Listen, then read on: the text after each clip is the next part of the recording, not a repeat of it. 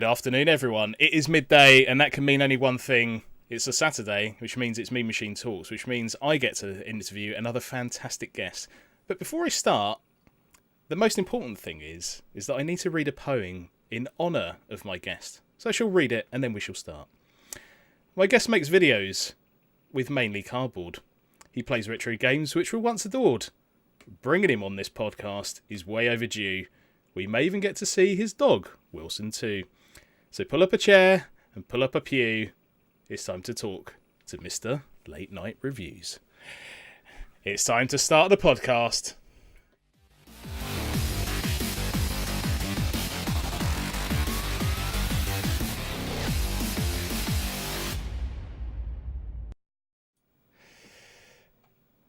And there we have it. He is here. It is Bill. Bill from Late Night Reviews. Say hi to everyone. Hello, everyone. There we go. He has done his job. Podcast done. No, I'm kidding. Thanks for coming on. It's been. I am a massive fan of your work, and I'm sure many people who are going to join this or watch this on video on demand will agree.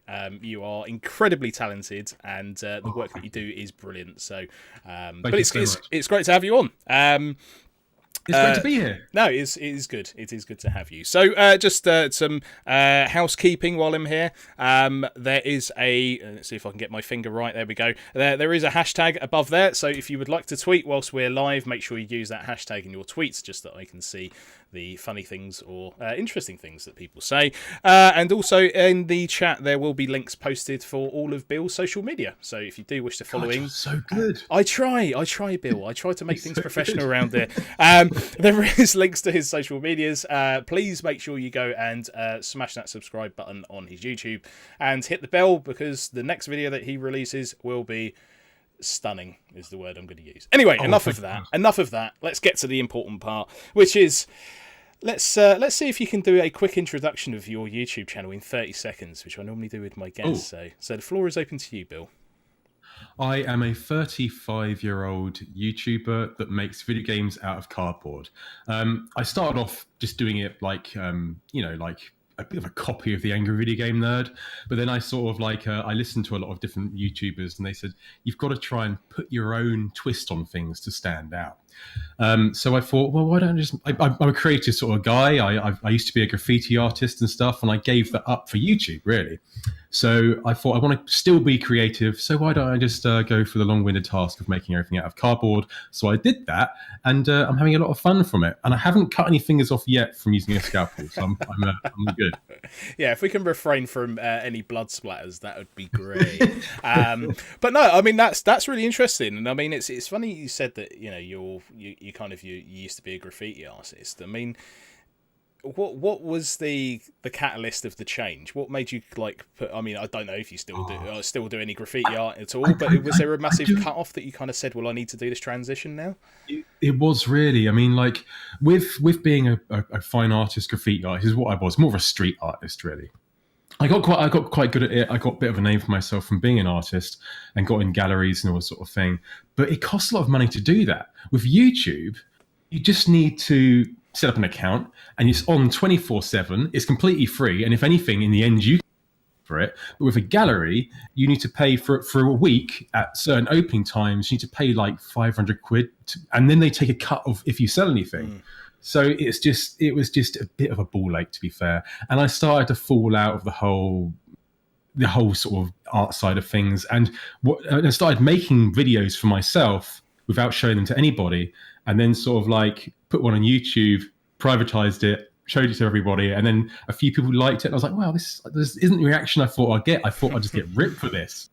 And then that's when it sort of took off. I sort of think, yeah, I want to start doing YouTube. And at the start, though, I was terrified. I was terrified of showing my face. I was terrified of anything like that.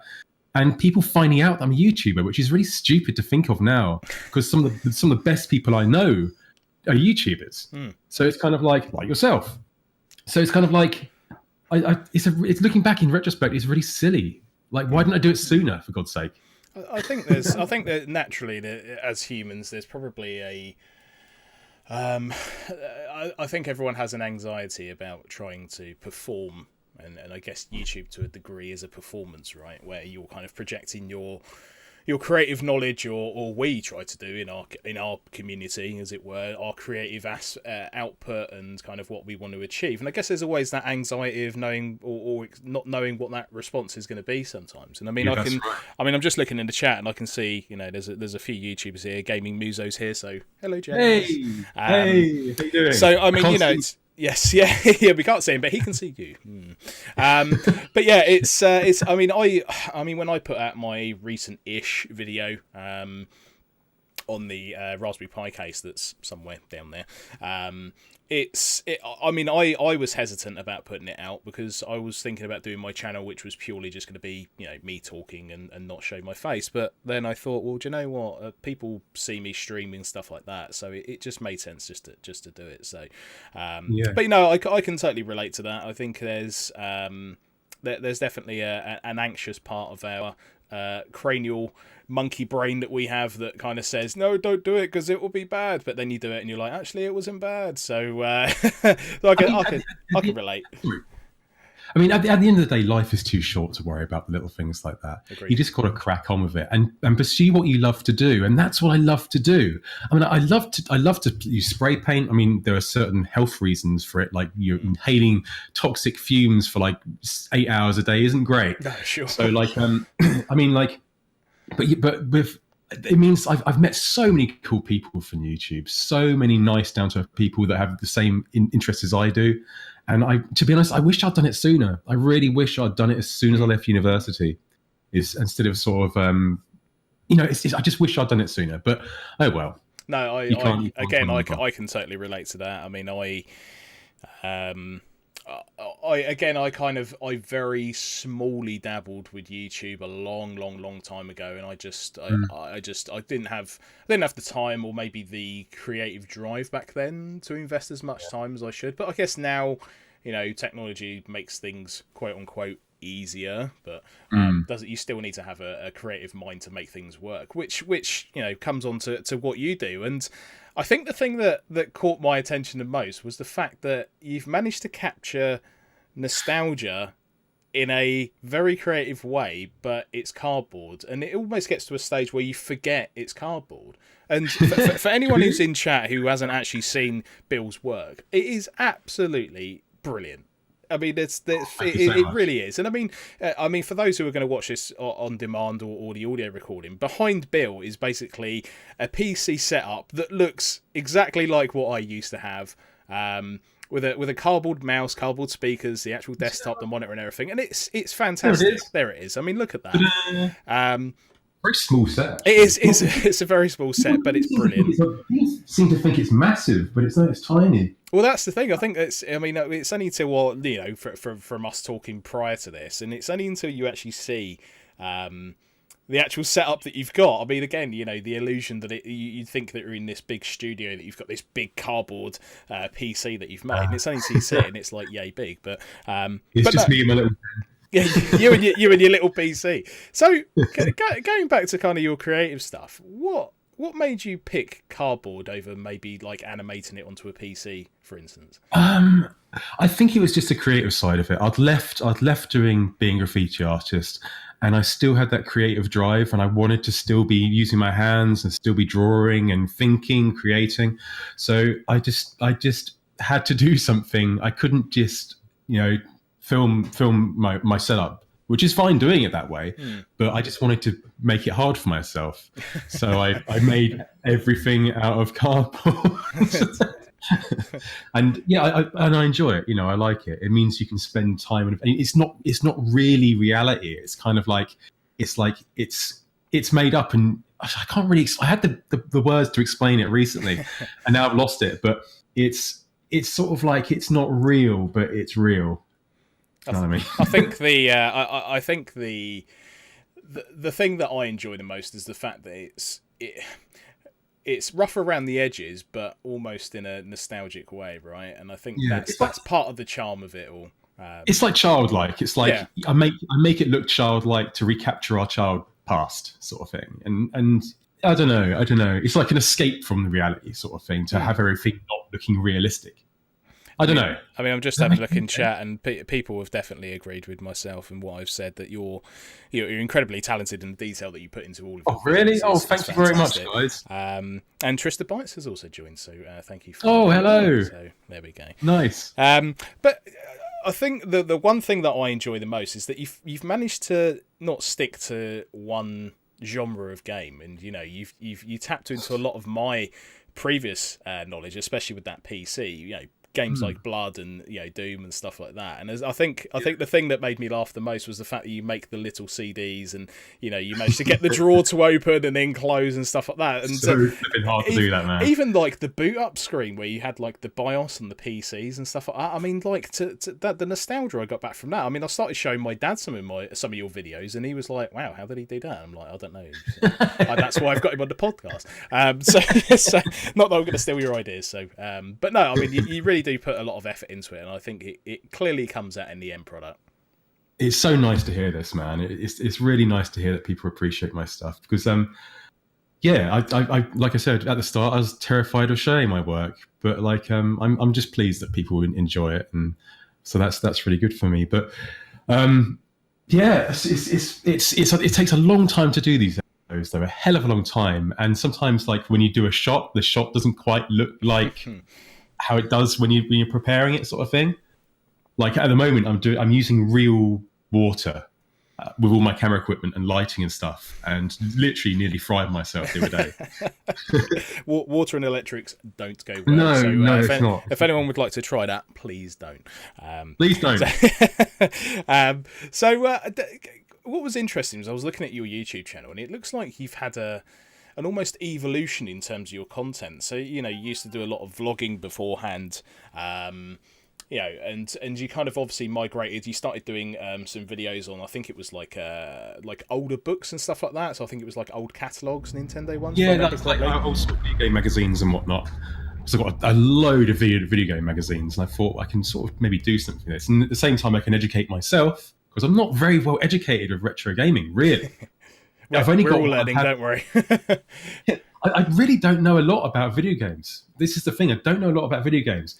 And it's like I only have my childhood experiences with what I show. And sort of all the attention to detail I put in is only from what I know as a kid.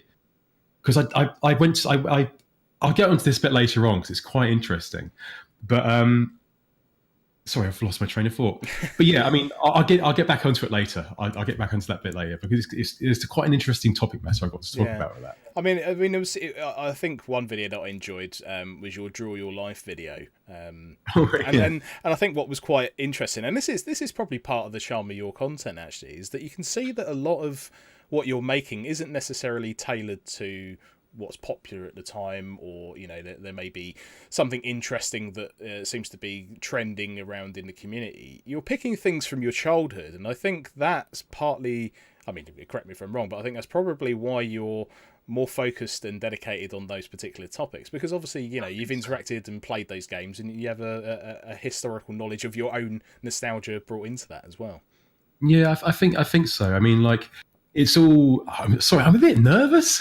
Don't be nervous. We're all friends. We're all friends here. When I talk about myself, it sort of makes me freak out a little bit. Don't. But I mean, yeah, I like to incorporate all my childhood memories into sort of one. I mean, when you think about it, retro gaming is sort of like, it's all like, when I play these games, they're like photo albums. Like when you play a certain game, we get to a certain level, you're like, oh, I remember this game. That's that time it was my birthday, and we all huddled around and playing the game together, and we got to this certain part in the game, and it takes you back there, and that's what I love. And but the one downside, apart from playing retro games too much, is sometimes you can replace memories, future memories, and it erases the memories from the past, and you have to sort of sift through new memories you've made to get to the ones back in the past. Do you know what I mean? Yeah, totally agree. Yeah, so sort of like when I play Mario World now, and the level opens up, and that always used to take me back to when I was like playing 5 minutes of it before I had to go to school. That sort of like disappeared for a bit, and I was like, I had to go and get that memory back because I was so used to making it out of cardboard on that intro screen. It took me ages to make, and it always takes me back to that. Bit weird, but yeah, I'm a bit weird when it comes to all this stuff. I mean, one of the ones that I particularly like is the Star Fox or Star Wing one. Oh man. Because I thought you were going to react like that, because again, the amount of detail that you put into that. I've got it here. Oh, you have it here. Oh, hello. Yeah. Now Well, there's all the parts for it. There's all the bits of cardboard. Oh, wow. And then all I've got is the map, because all the other stuff I accidentally deleted, all the other levels and stuff. But the levels are I thought it'd be a quick episode because the levels were fairly straightforward to make. You know, they're just like gradients and you know, sure, and blocks. I actually made I got like cereal boxes and spray painted them grey, and then sort of pushed them towards the camera in green screen, and pushed the cereal boxes that are grey towards the camera in purple and stuff. And they were the buildings. So I didn't really get many levels, but there's all the... Oh, I've got Lost Soul in there. But yeah, I got Andros here, and I tore him in half. It was a very risky thing to do, but I tore him in half, and then the box comes out, you know? Yeah. I've got like... Was it the Rock Crusher, this thing is called? Yeah, I remember that. Love that thing. It's like... Yeah, that's it. Yeah. I had to make that noise by myself because I couldn't find any of the sound noises. That one thing that's hard is to try and get all the sound effects. YouTube can sometimes be pretty nice and they have all the sound effects laid out, but Star Fox didn't have anything. Wow. So sometimes I had to make some of the sound effects myself, which was a real get to do. Well, that's that. Just hearing things like that is quite interesting, because I mean, I guess sound effects is something that you would never really think. Yeah, exactly. Yeah. I mean, it's such a key part, and I mean, a lot of the nostalgia parts of games. I mean, you know, for instance, I have Doom running in the background. I mean, the first level soundtrack off that, I mean, you know, is iconic, right? And it's those things again that trigger off some of the nostalgia that, I mean, especially when I play some older games. Definitely for me, yeah. Yeah, it's definitely something that you can all relate to. But the music of Doom, that was quite hard to get. You would think the first entry level of music for Doom would be quite easy to get. But there's so many different versions of it. Yeah. And what I wanted was the Sound Blaster one. You know, it's a bit rough. Because when I had Doom... It sounded a bit awful, but yeah, I get it. Yeah, it was sort of like the Sound Blaster version. It wasn't... The CD version sounds too nice, I think. And so I had like the rough and ready Sound Blaster version. And same for Duke Nukem as well. That was hard to find, that one. And also the sound effects for Blood. Jeez, luckily my friend managed to help me get those. But, you know, sometimes you start a game, you get really far into it, and then you're like, oh, crap, sound effects. Yeah. And then you can't get them. Am I going to have to make them all myself? Especially the monks out of Blood. Am I going to have to do that myself? You know, the monks out of Blood? Yeah, I don't have to impersonate them. That'd be impossible. So, I mean, going back to... You know, obviously you have a clear passion for retro gaming, which I think is fantastic. Yeah. So, what was your... I mean, for those who haven't watched maybe your video, what was the first kind of game that got you sort of into gaming, and the console that kind of got you... your first kind of experience to gaming, as it were, as a kid? I mean, I'm much like anybody else, I think. I mean, for me, I think it was probably... Well, it was the NES that got me into it. Mario Duck Hunt. Oh, you know? Classic. I mean, I remember that day when we got an NES for the first time. I think it was 1990 we got an NES, which is when was the NES released? 87? Yeah, I think that's about right. So yeah, but we got one fairly late because we weren't a really rich family when I was growing up, you know. But so we got the NES about 1990 and we booted it up. I mean, the most I'd played around with on the TV was teletext. That's the most interactive thing I had on the TV. So you're about to trigger a lot of people off by saying teletext gaming, because there are a few people in chat who definitely remember that. I'm not even talking about teletext gaming. I'm talking about just scrolling through teletext. So like, brilliant. Like, or like changing the channel. That's the most like interactive of a TV. Sure. So suddenly you've got this thing where you could move the thing on the screen. What the hell is that about? So like, I played Mario Bros the first time. My dad hogged it. He didn't let me ever go to start with. That's how cool it is. You know, your dad hogging your games console before the kid plays it. What's that about? So like, he took it and was playing it, and he bashed the blocks with Mario bashed the block with his head and stuff, and we're just all laughing at that. And then we played Duck Hunt, interacting with a gun. It was just amazing time. So yeah, it's Mario Brothers. I think the NES got me interested. That's a console, but the game which really pushed it for me was Mario 3. It was just mind blowing, that game. So good. I mean, like, you got like all these. You got worlds. You don't just have levels. You have worlds and mini games, and you know, fight the Hammer Brothers, and it was so good, so good. I can't stress how good that game was back in the day.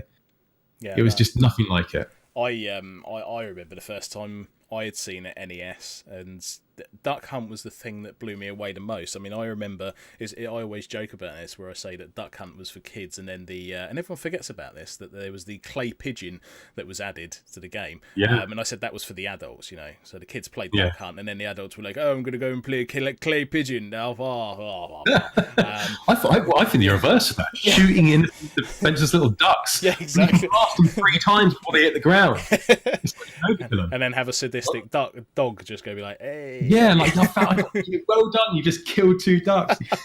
But no, you kill massacre the whole load of them. But butchery at its finest. But it's in pixels, so it doesn't count. It doesn't count.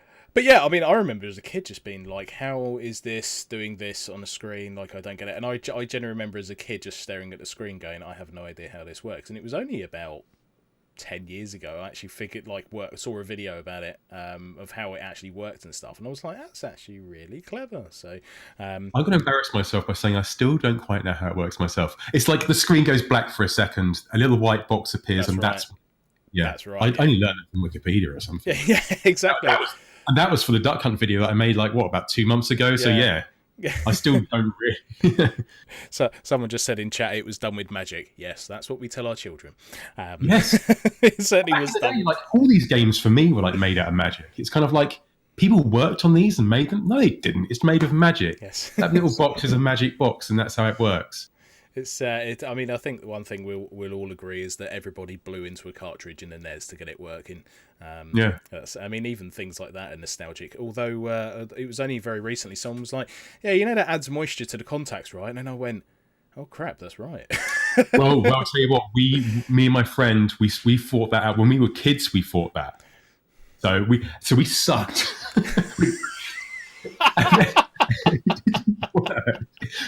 But it worked. It still sort of works. I mean, if you blow back in, you're not blowing anything onto it, or do that. I mean, that's definitely not going to help. I don't think slamming the top of it is going to help it at all. But although saying that, like old PCs, taking a slight lane shift there. I remember old PCs. Like we had this old, I think 486, and it used to get quite prone to dust, and basically if you gave it a tap in the right area on the right hand side, it would then boot up, because basically the dust would then dissipate and then go away, and then it would boot up. So it was quite funny how you find strange nuances to make things work. Yeah, so just a swift tap in the right place made it work.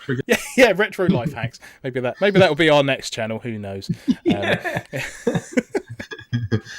So you know, as I said, going back to your channel, your change from kind of you doing the vlogs. I mean, is that something you're going to maybe continue with, or are you purely doing the cardboard stuff now? It was literally yesterday I thought, I haven't done a vlog in a long time. Okay. And how do I get? I'm afraid that when I come back, everyone's going to say, "Oh God, you look older." You look so much older. You've got no more grey hairs now. So I'm kind of scared to go. No, I'm not. But I want to do the vlogs again, but it's kind of like, what do I do? Because I always want to do something interesting. I don't just want to sort of force myself to do something. I want to do something interesting or go somewhere cool. Or if there's something going on, for example, Play Expo in Manchester, I would love to have done a vlog on that. But I sometimes get wrapped up in sort of oh, I'm meant to be filming, but I'm talking to loads of people and always something. Well, I was at Play Expo, the last one. That's why I didn't really do a vlog on it.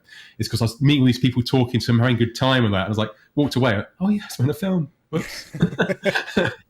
But I mean, I do want to do the vlogs again, but I'm really enjoying what I'm doing at the moment. And they take a long time to do. And I put all my effort into making them. I don't really have time to do any vlogging, and I do streams and stuff. But my streams are rubbish.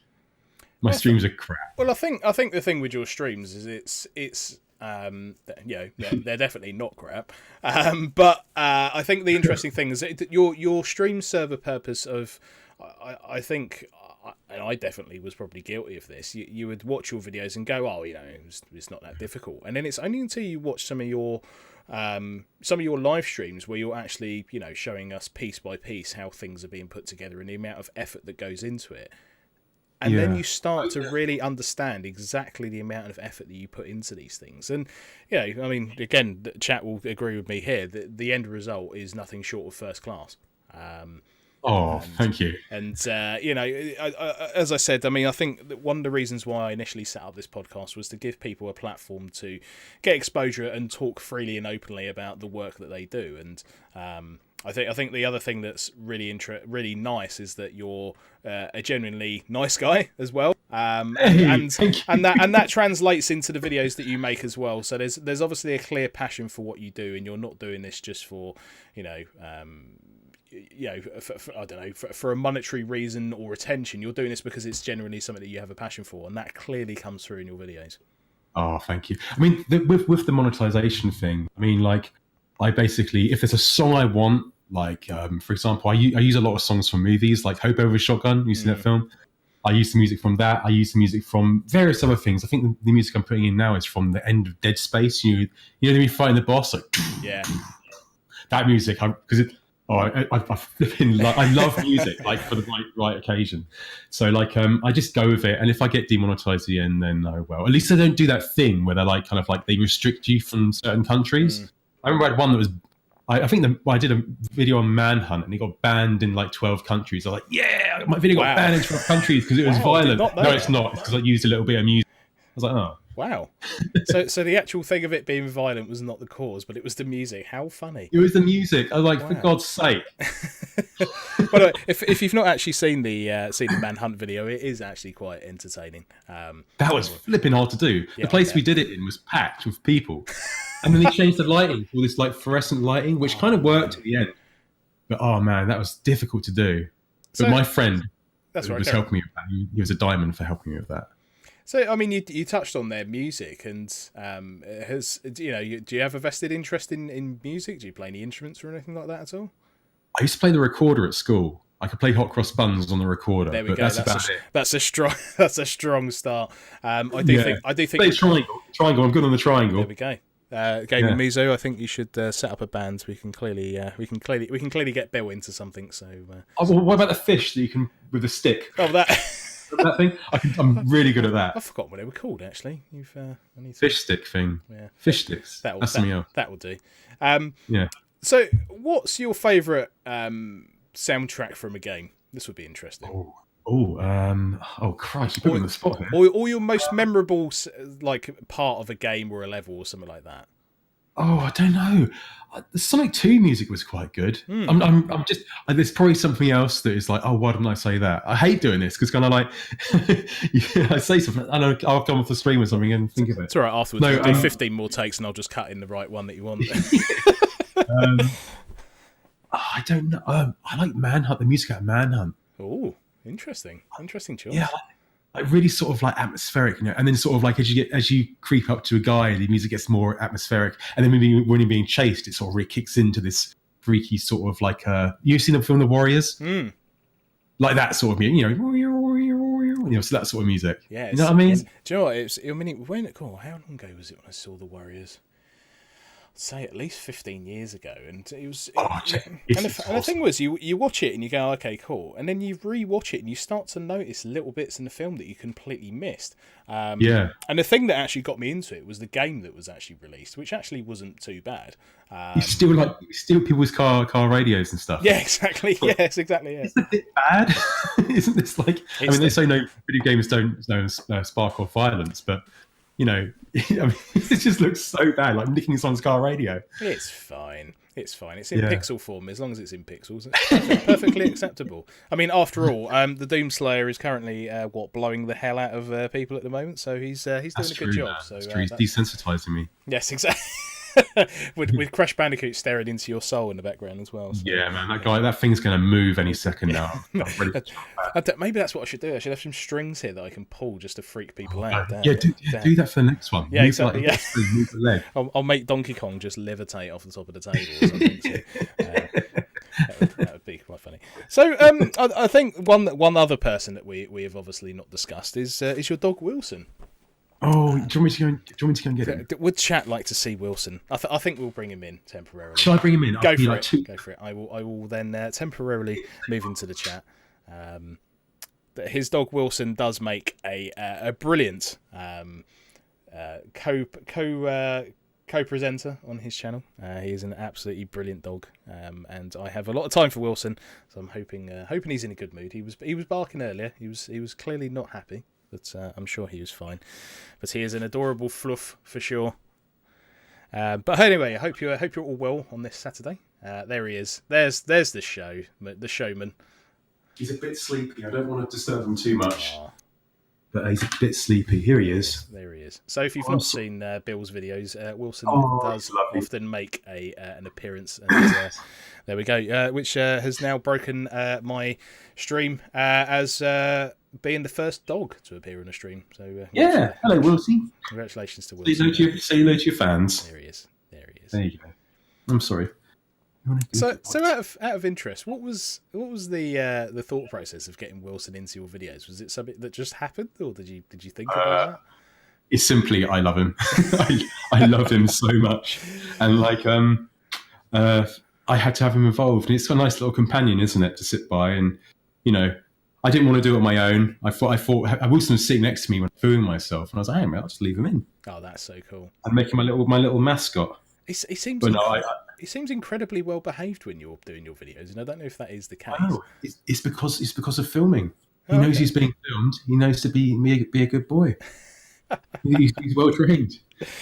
As people are currently in the hell out of my chat, he certainly is a cute doggy and a very good doggo. So he's a very good boy, but he doesn't like bigger dogs, and he's had a bit of a problem with peeing at the moment. He keeps on peeing in the house for some reason. I take him out, and then I take him for a big long walk. He does these fake pees. He lifts his leg, but he doesn't pee, and he runs back in the house and pees on the carpet. I'm like, Wills, what are you doing? He's trying to trick you, doing doggy mind tricks. So. Yeah, doggy mind trick. This is the cutest stream. Yeah, I mean, of all the streams that I've done previously, this definitely is. I'll put this there so you can see me better. There we Hello, go. Bosun. There we go. I'm trying to work out what's cuter, your very small PC setup or Wilson. I'm kind of torn at the moment. Wilson's the highlight. He's going to sit on his couch. He's going to sit on his cushion. There we go. There you go, Bo. What a legend. What a little legend. So out of interest, out of all the videos that you've done so far on your channel, what's the one that you're probably the most proud of? I don't know. I reckon it could be the one I'm doing at the moment. But I think it was. I think it's a cross between Duke Nukem Blood or Doom 2. Because I got it's like the big three for me, the big three PC games. I got them here. Look, there we go. Blood. I shrink wrapped them for some reason. I'm sorry about that, guys. Should have done that. That's all right. Looks fine. Good to preserve. And Duke Nukem. I've got the box. I've got the stuff in here as well, the manuals and stuff. I think. There you go. So I've got the manual, the game there, the CD thing there, and then.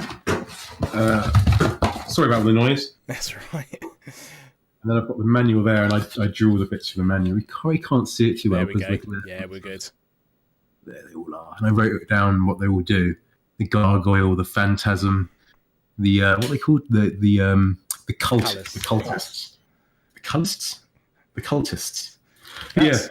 I think that's the thing that I love the most is that you've gone to the effort of making the manuals and actually have written out the little actual descriptions. I mean, anyone would have just probably dumped lorem text in there, but you've actually gone to the effort to actually write that out, which is just incredible.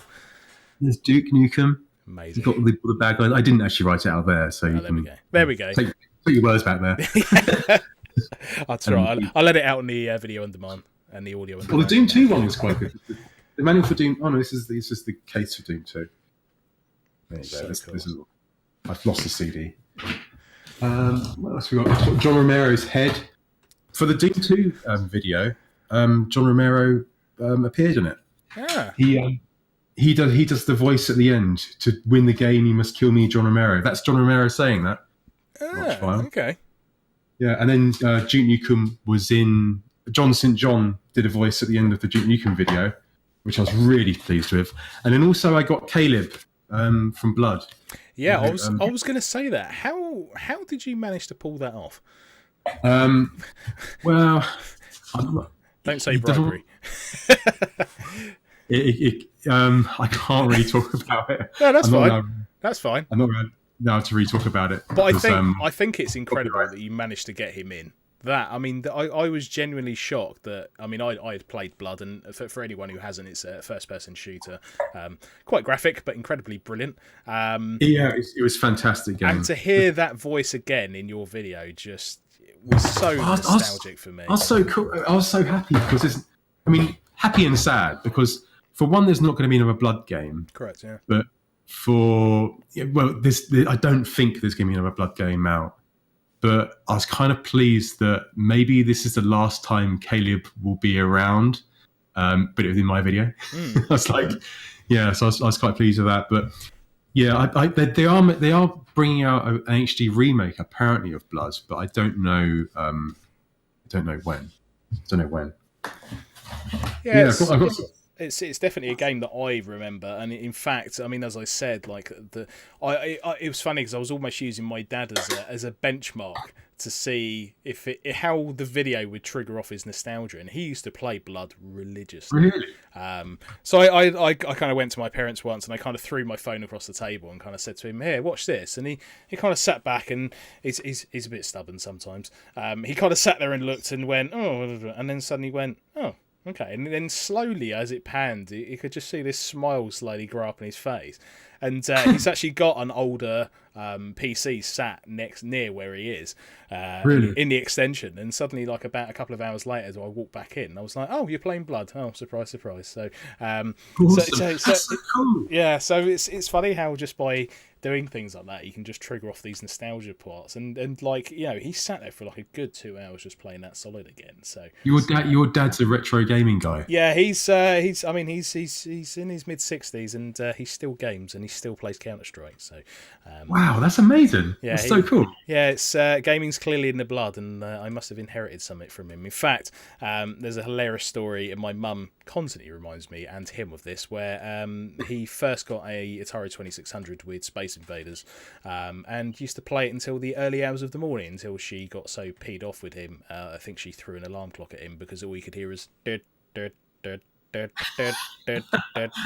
like 1 o'clock in the morning. So, which is definitely not something that you want. But another funny story, and you briefly touched on this, which was fathers taking control of gaming consoles.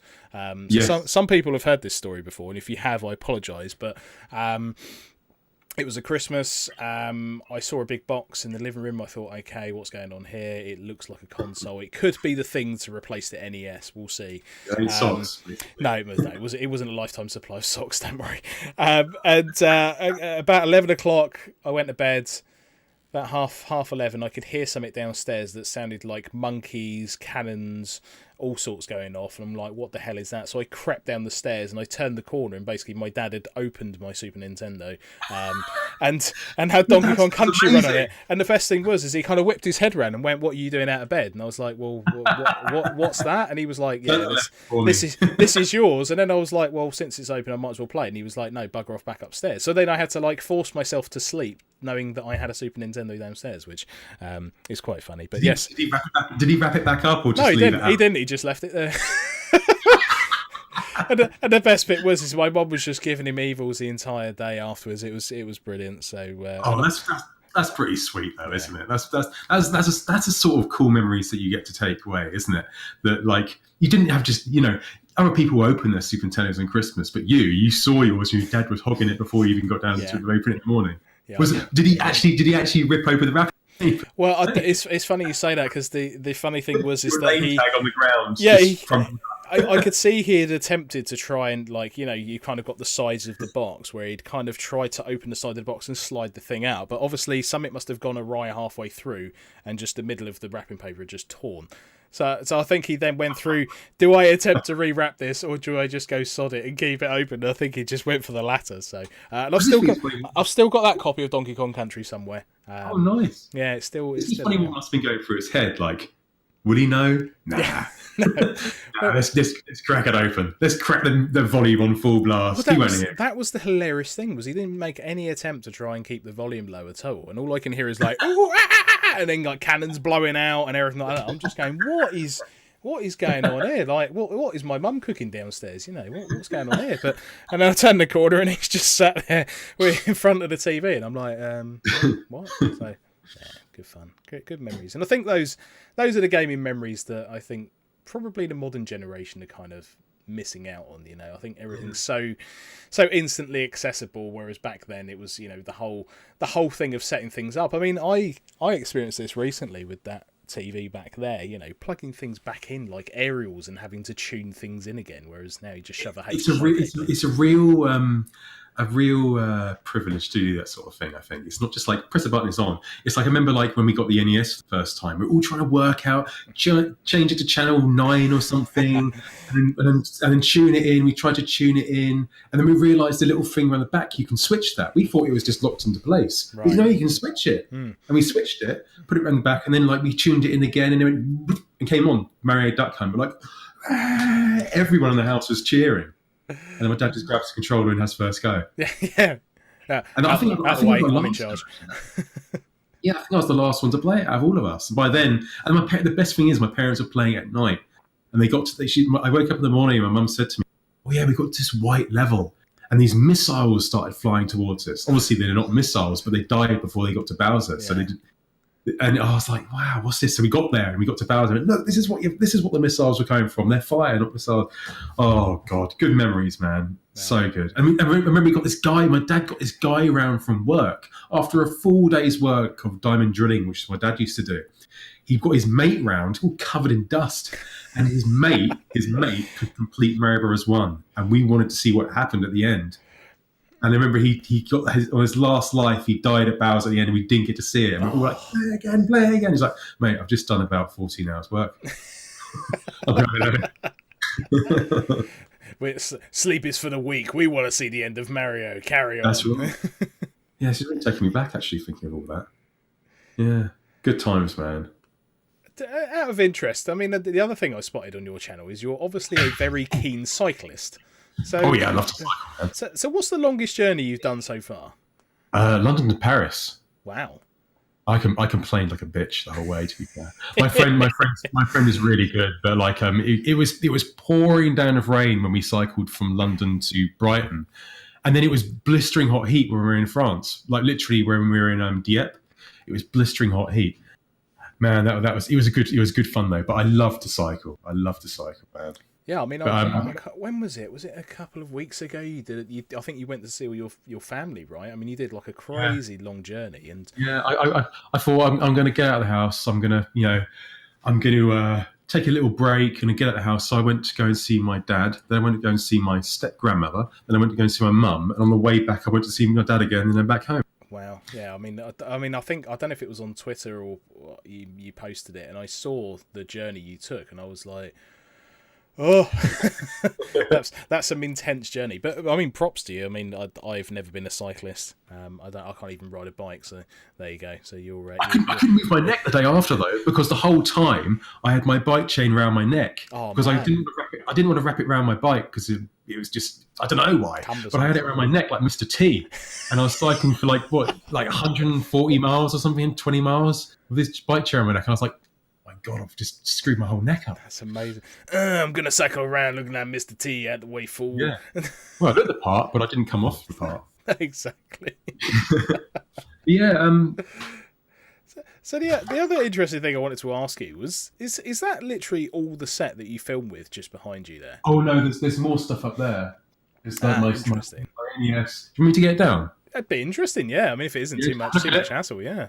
I hope I don't fall off. I hope not. Yeah.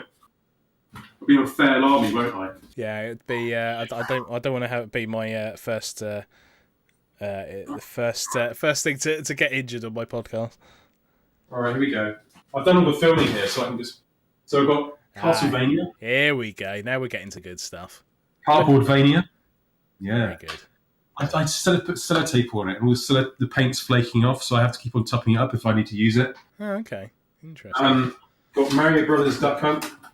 You probably can't tell that I drew those, but I drew that. Wow. It's been ages drawing it, and people say, "Oh, you drew that? It looks like the real thing." But there's got the Mario 3 one here, and I don't think you'll be able to see this too well. We can see it. If you lower it down just a tiny little bit more, there we go. There's the money shot. It does actually say, you can't see it, but Bill Thorpe's most exciting adventure yet. Awesome. Not Mario Brothers' most exciting adventure yet. So I changed it slightly. Here's the NES. Oh, The paint's flaking off it a bit. It needs a refurb. But I have put a red light in there now. So can you hear me okay still? Yeah, perfect. I'm going to put a red light in there now. So that'll be able to light up next time I do an NES thing. But the paint's flaking off, so I need to add a bit more spray paint to that. And yeah. And then there's the controller there as well. That's so cool. Yeah, and you do this all to scale, right? From memory? Yeah, I do. I measure it all up before I start. And do it as best I can. We've got the Super Nintendo here, where we have Doom. There's Doom there. Good. And I need to put a light in there. And that's looking a bit rugged. But I think sometimes I think the more rugged looking. And then we've got the controller. Sorry about the lighting. Jesus. That's all right. No problems. Yeah. Then we got the light. We got the SNES controller there. What else we got? Oh, the Game Boy. Game Boy. Ah, yes. Is it up here? There it is. It's missing Mario Brothers, but there's my little Game Boy. Wow, that's amazing. And then you've got this little thing here to is it there? There. So I can make the light come on. Ah, and then the back, and then the cartridge goes in there. But I can't find. I don't know what I've done with Mario Land. I should take more care of this stuff, but I can make it again. That's really I pulls it up. Got some levels here, like Castlevania, Cardboardvania. That's cool. Yeah. I like that you've kept them all in little packets. I think that's really nice as a show. I'm not really sure what to do with them, and I've obviously got the bits in the back there. So all the cutouts I used and drew, they were all drawn. I could have just taken the sprites from the game, but for some reason I decided to draw them all. Well, I think going back to what I said earlier, I think that adds to the charm that you've actually decided to draw them and stuff.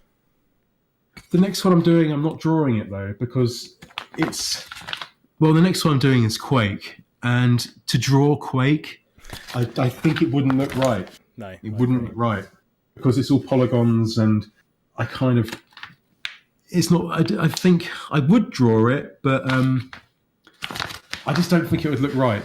So I'm just lifting the sprites from the game, and thank you very much for helping me with that, by the way, dude. That's all right, no problems at all. I'm as excited for it as you are, so I had to reach out and help. I couldn't stand by the wayside knowing that you were struggling. So I'll show you what I've made with your help. Here we go. You're getting behind the scenes footage here, guys. So yeah, behind the scenes. I don't care. Yeah, there you go. So there's one of the levels I've done for Quake, and then you have the shotgun panning around, and I've done it with a GoPro. So you come out of water. Here we go. Come out of water here. So you see like that? Yeah. So you come out of the water with the GoPro, and then you look around the level with the shotgun where it's somewhere. A lot of work, dude, but this was a fishbowl as well, and I was going to return this, but I thought, screw that. That's not enough room for a goldfish. So I'm keeping this and getting rid of it. So it's one less they can bloody. I love animals, man. I love animals. Well, I can see. Wilson looks very interested now in Quake, so. He looks very interested in Quake now, so he's. Oh yeah, look, he wants to have a play. Here we go. What is it, Bo? Me too. We need to make him a mini shotgun from Quake, I think. Not a working one though. End up shooting me. If I don't give him a piece of ham or something, end up shooting me in the leg. But no, I mean, just looking at that in itself, I mean, we can all agree that we can just tell already that this Quake video is going to be outstanding. I hope so. I hope you guys like it when it comes out. I put my heart, effort, and soul into it. I'm just going to let Wilson out. No, sure, no problems. Doggos with shotgun-os, yeah. That sounds like the next film from who's the guy who did Lock, Stock? Eisner, Jason Eisner, is it? Yeah, that guy's the man. You see Treevenge? You see that film Treevenge he made about Christmas trees going around killing people. Yeah. That was amazing. evil man. So when can we expect to see the Quake video, or is it's done when it's done type of thing? Well, my friend helped. It's really cool because you helped me out get some of the levels, the high resolution levels. Because again, I couldn't. I tried to get Quake on Steam, but I couldn't get it to work on Mac because it's only Windows only. So I couldn't get screenshots from Quake. And then I tried to go on Google to find images of Quake, but they're all different resolutions, and it wouldn't look right once I printed them out. Sure. So with your help, you got all nice resolution imagery from Quake, and also I managed to find Quake as well, the DOS version online. So I managed to get a load of screenshots from that as well. So, but now my friend, thank you very much, Kelly, if you're watching, which you're not, probably, but thank you very much for helping me print these all out as well. Printing is so expensive. Printing is super expensive. So she's printed all these out for me. Oh, that's cool. So I'm going to get those and then start building more sets and stuff. I think that's quite nice that it's not just been yourself. It's a bit of a team effort, which I think adds to it. And again, the community that we're in just is fantastic. And the amount of people, and I can vouch for many people that are currently in chat that are just incredibly helpful people and brilliant. And it's nice to be able to reach out to people if you need help or even just for a chat. I think that's quite nice as well. So. May I ask who's in the chat at the moment? You certainly can. I will do a quick roll call. Can we lift them all off and give people a few little shout-outs and stuff? I certainly can. If you give me 2 seconds, let me have a look. So we have Aegon, who's a friend of mine who is currently fixed my Panasonic 3DO. So thank you very much, sir. You get a big thumbs up from me. We had a Panasonic 3DO. It had a bit of a rough life, and then someone who I sent it with, who isn't going to be named because they're a-holes, decided to misdeliver it twice and trash the unit. So by the time that it actually finally got there, it was in a worse state than it was currently in. But anyway, the roll call, I will carry on. Angry Puppet, who I watch his streams. He often streams with a puppet. Angry Puppet? Yes. If you hadn't worked it out, he uses a puppet during his streams. Really? Yes. I think I recall that. Who have we got? Let me quickly go down the roll call. Gaming Muso, Emerald Drangers, Hawks and Biggs, Joby Essen, McGethry. Trying to see some of the others. I'll try that one again. Tasfay Dodge. There we go. Trista Bites, VNK, and Virgo Pros. So there we go. Oh, lovely. We have. There's some of those I don't know, so maybe you could give me links to them. Check them out. Yeah, so every so often there is a link being popped into the chat screen. So if you would like to follow the wonderful individual sat on that side of the screen, please make sure you go and follow. And the Quake video should be up very, very soon, and it will be outstanding. But all of his content is brilliant. We can all vouch for that. So please make sure you go and subscribe and smash the hell out of that smash the hell out of the notifications button so that you get notified of when he next does his stuff. And also, as he has said, he does do live streams of sort of behind the scenes. But they're not very good. They're fine. They serve its purpose. It's just to stick my face in the corner, put some gameplay up, and I'm like, oh, I'm dying again. I mean, occasionally, the reason I stream is to talk to people, to get to know other YouTubers, and I get to know other people and collaborate and form a bigger community and help each other out. And that's what I like about it. It's kind of like, there's one thing I wanted to talk about that is quite interesting about retro gaming that I find. Do you mind if I talk about it? Go right ahead. Floor is yours. Well, when I was a kid, right, I got my NES in 1990. And then I think it was 92, I got the Super Nintendo. So I only had the NES for 2 years. They were like so much longer. And then I had the SNES and the Game Boy for a further 3 years. And then I left my hometown in 1995, 96. And then I just took up skating and was skating until I went to university. So it's just crazy to think that in the time that I had an NES, a SNES, a Game Boy, and I did have an N64 for a little bit and a Dreamcast, but let's round up to like about 8 years of retro gaming. That's all my time was playing retro games that I so appreciate now. And I just find it so crazy that I've been, you know, trying to win back my childhood by collecting games and playing games for 13 years now, which is crazy when you think about it, which is probably, you know, double the amount of time I was playing them back in the day.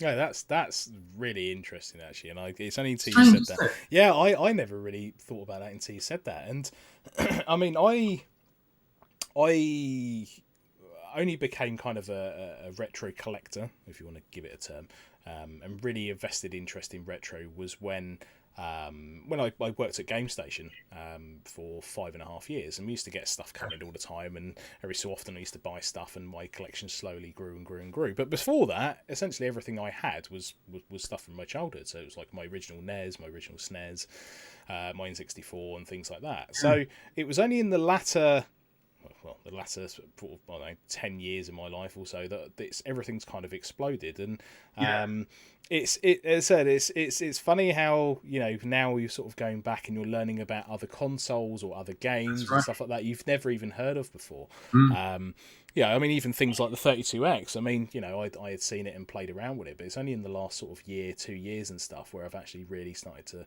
to look into it. Yeah. It's crazy how slow time went as a kid. It's like, like I say, from 1990, there's a Game Boy, a Mega Drive, a 32X, a Commodore, and a PC in 5 years. And 5 years, I'm 35 now, right? If I think back to when I was 30, I can remember my 30th birthday like it was yesterday. But those 5 years were my entire gaming life. It's just so flipping strange. No, How slow it was back then. How slow it was. I think, and how more advanced stuff became as well, from playing NES to playing like I don't know, like the more advanced games like Duke Nukem in just 5 years, to how advanced games became. But when you look at it now, like games in 5 years, games aren't that much getting more advanced really in 5 years. It's like the new Doom, for example, that came out in what, 2015, 2016? Yeah, I think you're right. So that's nearly like that's nearly like 4 years old. It's mental. Yeah, it's crazy how I mean I think I mentioned this once before, where the advancements of each generation in the retro scene were quite big. Whereas if you look at probably the last, say, 2 generations, so take modern, go back one, you know, kind of to PS3. I mean, okay, you could argue that the jump from sort of the PS2 Xbox days to the 360 PS3 was a bit of a leap, but it's still not dramatic, right? I mean, the only advancements were things like storage, online gaming, and obviously the graphics advancements. But in terms of what they actually did, they were still essentially the same. But you know, some of the major changes. I mean, I remember the first time getting a PlayStation 1, like having something that's CD based and putting it into a thing, and I was like, "This is on CD. This is the future in my hand," you know. And it was, you know, it was fantastic to experience that. And again, I think that's a massive a massive problem where, you know, I'll use the term millennials, probably don't get to experience that now because everything is so on demand. And back then, and you know, the cost of things back then was, you know, far steeper than now. I always refer back to this. I've got a copy of NBA Jam in the drawer down there on the Super Nintendo, and it's still got a sticker on it of $59.99, and that was when it came out. And back then, $59.99 was a lot of money. It was. So, you know, again, the advancements of technology that we saw were massive leaps, and that's even going through things like home computing. I mean, you know, I remember the first time using a CD-ROM, which was like, you know, yeah. And in fact, I remember the first ever CD-ROM we had was Microsoft Encarta. Yes, I had that. Strong CD, which basically got me through most of my schooling because it was like, I need to do research. In goes the Encarta disc.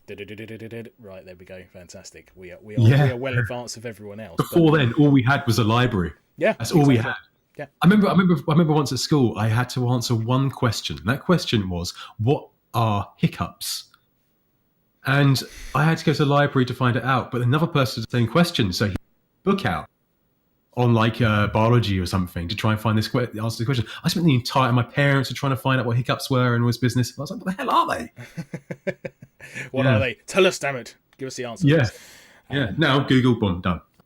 I'm just catching up with chat. I mean, a lot of people remember nostalgia. PS1, the black discs. Yeah, I remember those. Oh yeah, the Um, Blacklist of PS1. the graphics changes between the generations. Yeah, I mean, I'm trying to remember. I think the one thing that blew me away was um, first seeing kind of things like the Dreamcast and the Saturn and the Oh PlayStation 1, yeah, which was yeah. a stupidly powerful unit in such a small box with a CD based console. I mean, that was just mind blowing, right? I mean, I did.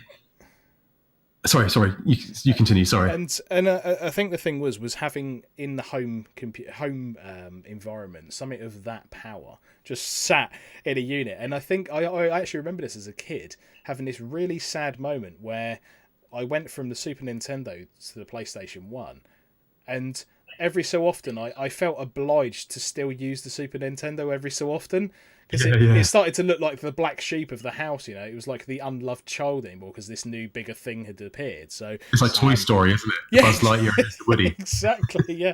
So every so often I'd sort of play the PlayStation 1 and I could almost see like the Super Nintendo just looking at me. With its Did Toy judgy Story have a eyes. part to play with that? But do you know what? Probably Yeah. right. But yeah, I mean, I thoroughly remember just experiencing that change, and even things like the different controllers and the graphics, and even things like the different connectors. I mean, we lived off what aerials for how long as a way to plug into TVs, and then the power of SCART had come out, and it was like much better quality and stuff like that. But those memories will stick with me for a long time. I think for me my most favorite consoles were the NES, the SNES, Game Boy, and maybe N64. But N64 was always kind of a little bit bumpy for a lot of people, but I still like the N64. I do like it. The Dreamcast was good. I really liked it. But I remember getting it, putting it in, plug it in. It starts up. It was so loud. I thought it was going to break. So I was like, what the hell's going on this thing? Because I've never known this. I thought CDs just plug them in like a cartridge and that's it.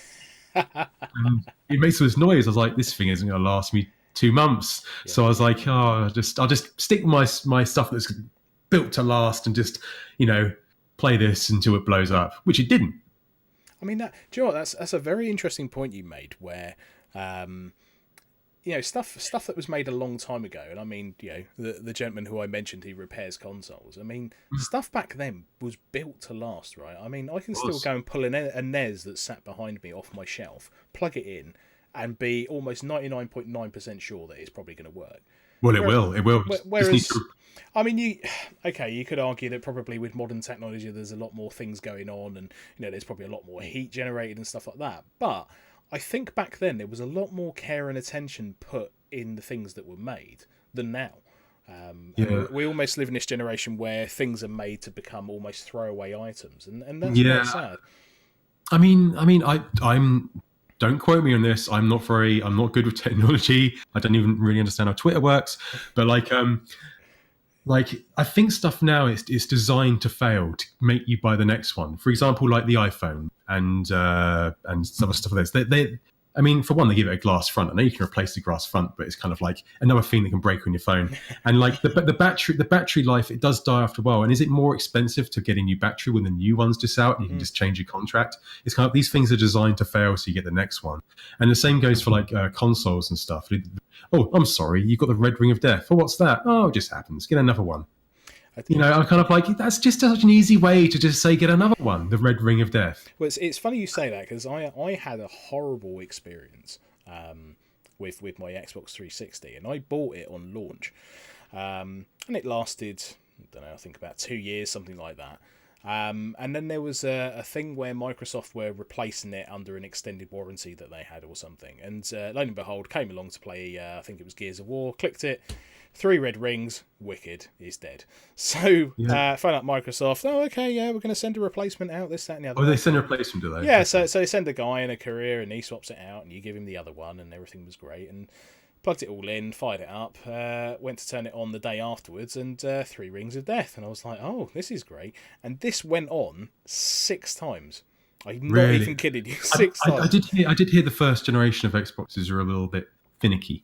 So they didn't iron out the problems with it or something. I got so frustrated that I spoke to one of the managers of the customer service thing, and I said, like, I'm not going to tell you how to run your business, but wouldn't it just make sense to give me one of the newer ones? Because the amount that you're paying for couriers and to bring it back and to repair and to have your people dealing with the same customer service issues time and time again is just ludicrous.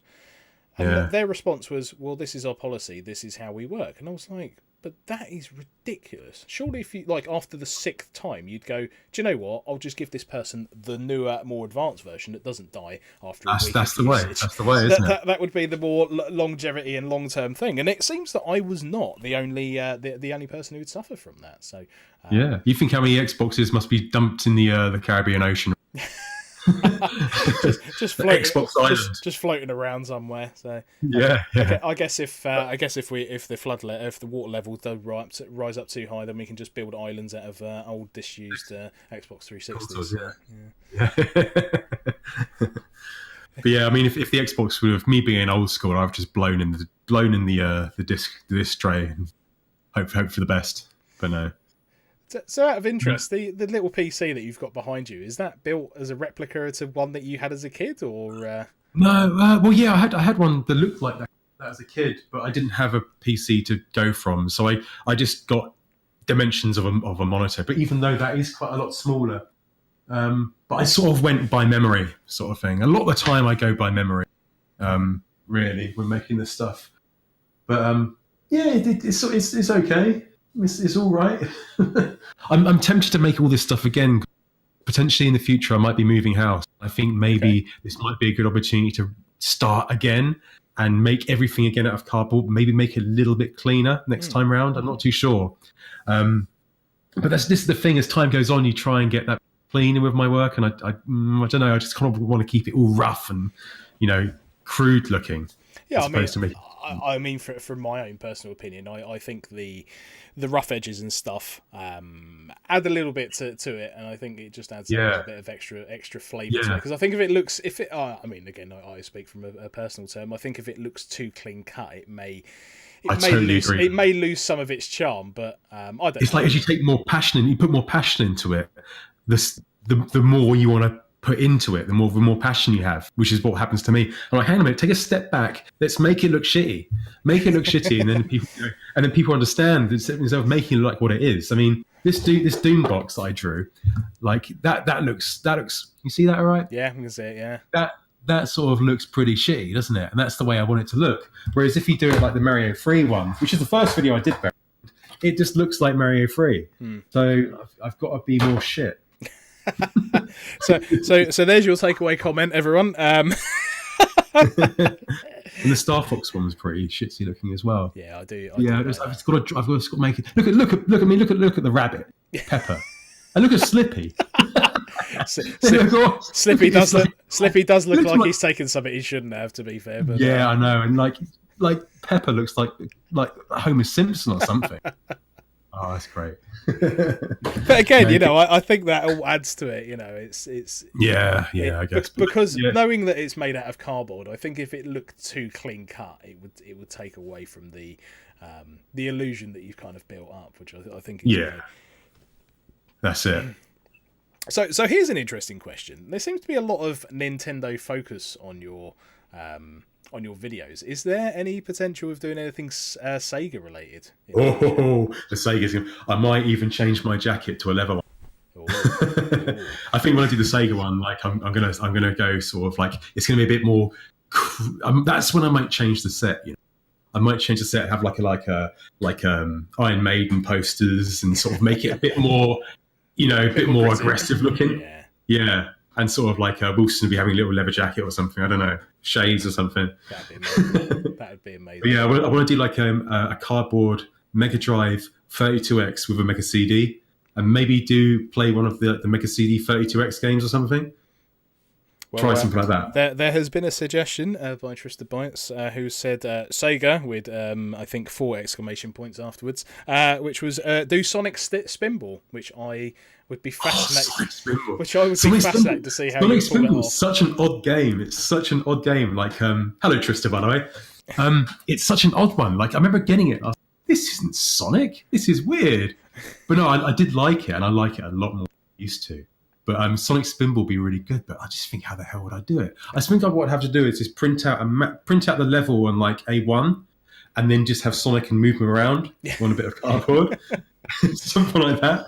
Yeah, I think as a challenge, I think Trista Bites has just set the benchmark for you there. So that may be that would be a good one. Yeah, that would be a good one. I really want to do Sonic 2. I love Sonic 2. That would be great, actually. I would love to see. And Sonic Knuckles would be pretty cool, just for like the to make out of cardboard.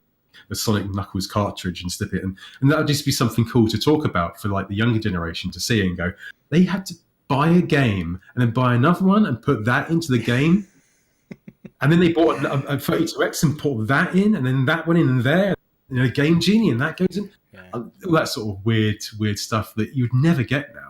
No, exactly. And I think it's we're definitely away from the generation. Oh well, I mean, PSVR is probably the latest edition of having a console bolt-on. But besides that, there wasn't too much in the modern generation. I mean, there was a HD DVD drive, HD DVD drive that was made for a 360, which died after a year. Right. As Blu-ray just came along and pimp-handed it to the floor. But yeah, I can't think of anything else. I mean, there was a couple of weird and wonderful add-ons for the original PlayStation.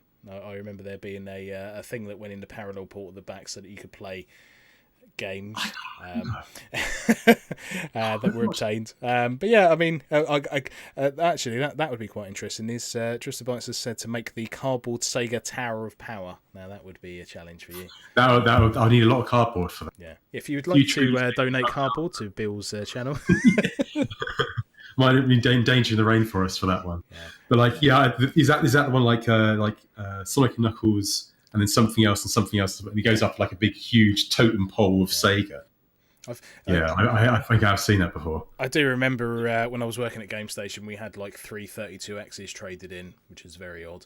And then we had this horrible thing. We were like, so if we got a Mega Drive and put the 32X into that, and then put the 32X into that, and then put the 32X into that, do we make an ultimate console? And we just turned it on and nothing happened, and we were incredibly disappointed. So many bits. I was expecting like just the world to explode or something and a black hole appear. Birds fall out the sky. Yeah, exactly. The sky goes dark and suddenly Sonic just pops out going. Rocks everywhere, locusts. Yeah. But yeah, it's amazing how all of these console bolt-ons just appeared. I do remember when I got Sorry to interrupt. No, go ahead. I remember when I got my 32X and I was like, right, here we go. I'm going to put, what game? Golden Axe into the 32X. What's going to happen? Well, no, what was it? No, into Sonic and Knuckles. That was it. Put Golden Axe into Sonic and Knuckles. What's going to happen? Am I going to be playing Sonic, but Golden Axe is going to be in Sonic? that would be amazing if you could mix two things together. In fact, that's a great question for you, actually. If you could take two games and mix them together, what would you pick? Well, I could do that, couldn't I? When I make it out of cardboard, I could just go, right, here we go. Put Golden Axe into the Sonic, and then I would love to see that. Golden. That would be quite good, wouldn't it? I could do that. That'd be quite good. Or Doom as well. Put Doom into Sonic and Knuckles. 32X Doom into Sonic and Knuckles. I know it wouldn't fit, but it's cardboard. It's anything's possible in cardboard. Remember this. Yeah. Absolutely anything is, but yeah, this is now the thing. So people have started commenting in chat about doing mash-up cardboard games. So I may have just sparked off something for you there. Well, that's a really.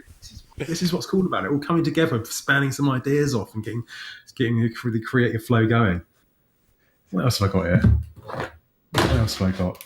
I'll show you the cardboard Game Boy, haven't I? Yeah. Got a load of levels from Doom. There's all the bloody printing I have to do.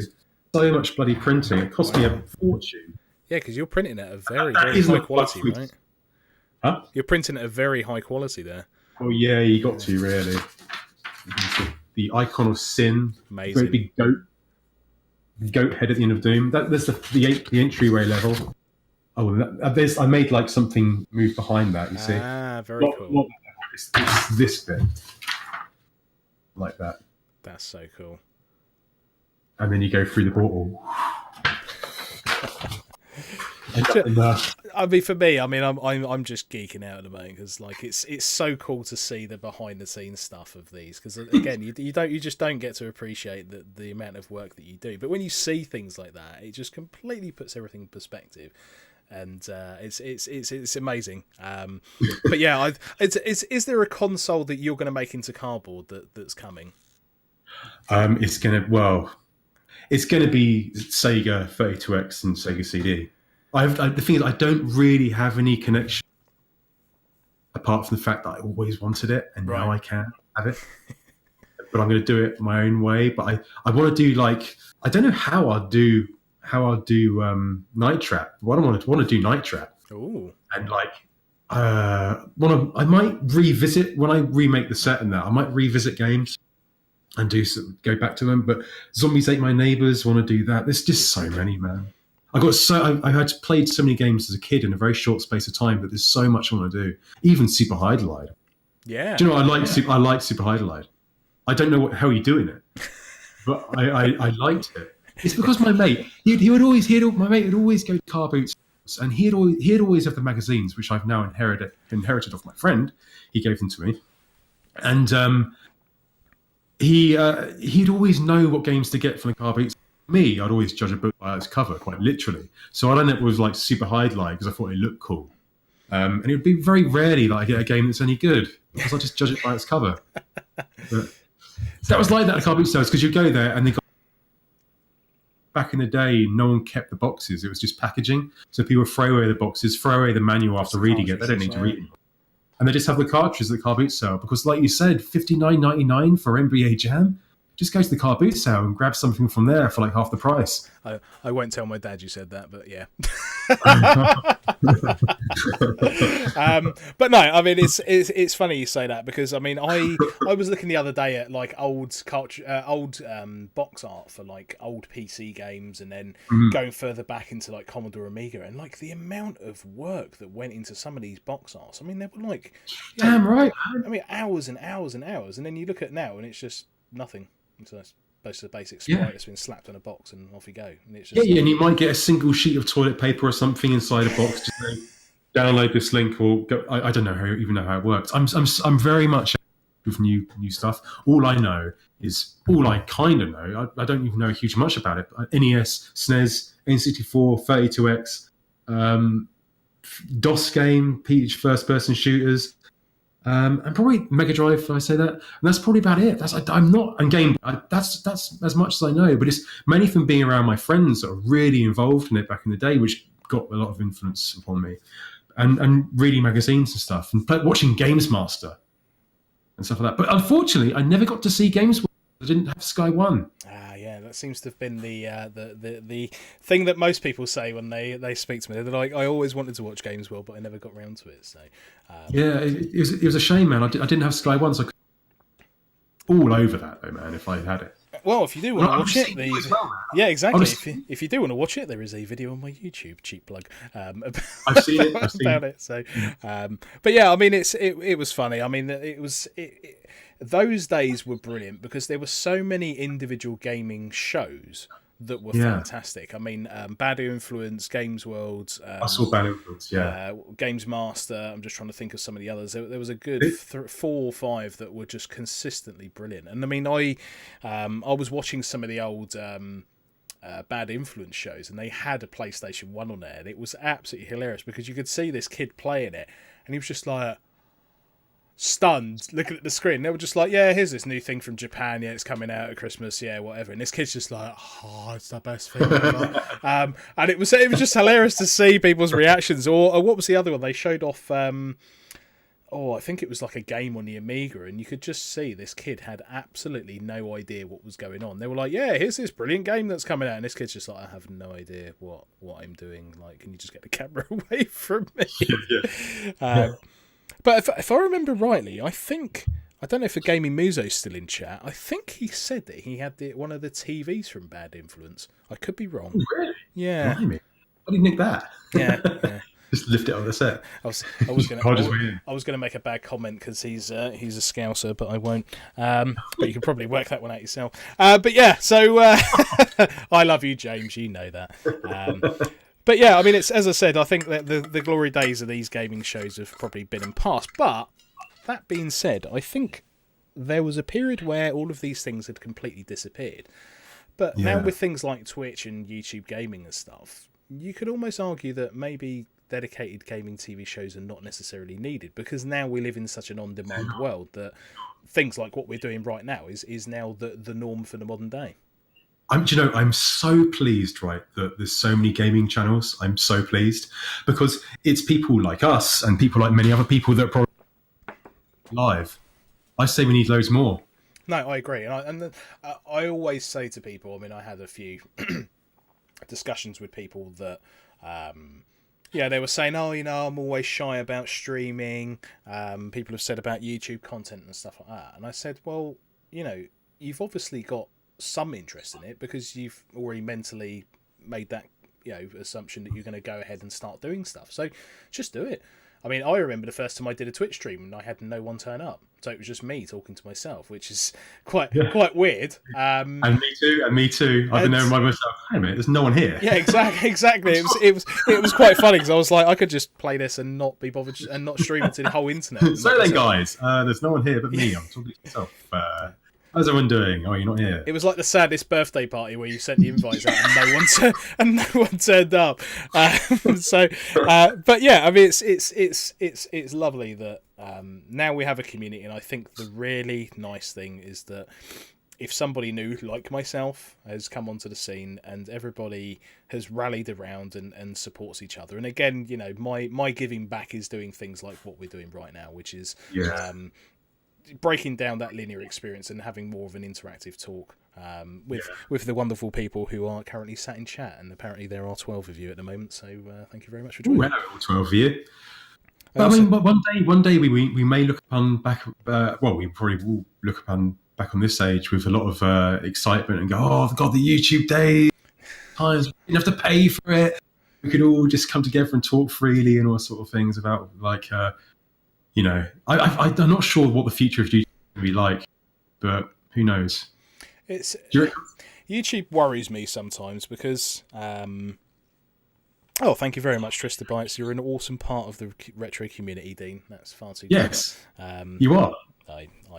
I just do stupid things, and if anyone had watched my Max Payne stream yesterday, it was incredibly funny. I missed it, man. I was at work. It was actually one of the funniest streams I've ever done, and there were some epically quotable lines from that. So expect some great things on Twitter. But I mean, going back to what I was saying, I think one of the really cool things is that by having this really cool community and everything has just helped elevate the bar. And one of the things that worries me is that, especially for newcomers, and this is probably the one thing that put me off YouTube, was that, obviously you've got your top, what I like to call the top tier YouTubers, so, your PewDiePies and your KSIs and people like that, who are sitting at that top bracket, who are always going to get pushed to the front of YouTube and stuff like that, which, after all, it's a business, it's what they want to do, right? But I almost feel like there should be a tiered system, which is, kind of your entry level YouTubers, your kind of up and coming, and then kind of your top tier, because for people like yourself, myself, and everybody else, it's very hard to even get that push to the top, because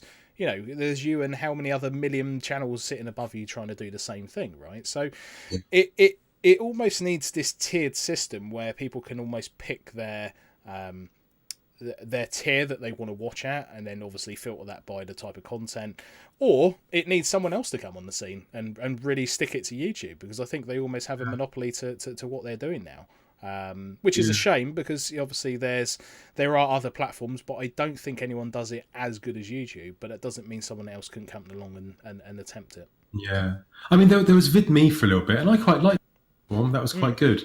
But obviously, it's not going to be a stand up to a giant like YouTube. But it was good while it lasted.